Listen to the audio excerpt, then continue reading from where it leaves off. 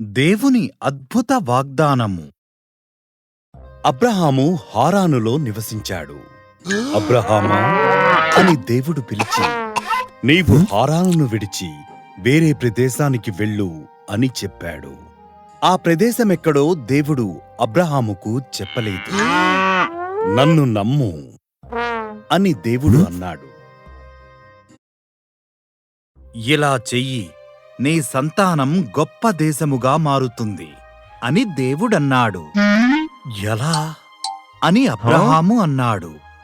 తన భార్య అయిన శారా పిల్లల్ని కనలేనంత వృద్ధురాలు. నన్ను నమ్ము అని దేవుడన్నాడు.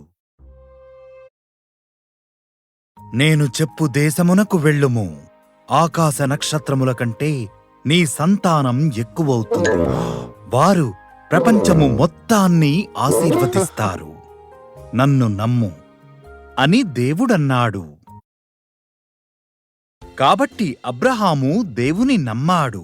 తన భార్య అయిన శారాను, తన తమ్ముని కుమారుడైన లోతును, వారికి కలిగిన సమస్తమును తీసుకొని కానాను దేశానికి వెళ్ళాడు.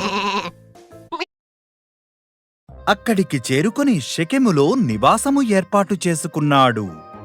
దేవుడు తనకు ప్రత్యక్షమయ్యాడు. ఈ దేశాన్ని నీకు, నీ సంతానానికి ఇస్తాను అని దేవుడు చెప్పాడు. అబ్రహాము అక్కడే దేవునికి ఒక బలిపీఠం కట్టాడు. దేవుడు వాగ్దానము చేసిన దేశములో అబ్రహాము ప్రయాణించాడు. తాను దేవునిని నమ్మినందుకు ఆనందించాడు. దేవుడు వాగ్దానము చేసిన వాటన్నిటిని బట్టి మరొక బలిపీఠం కట్టి దేవునికి కృతజ్ఞతలు తెలియజేశాడు.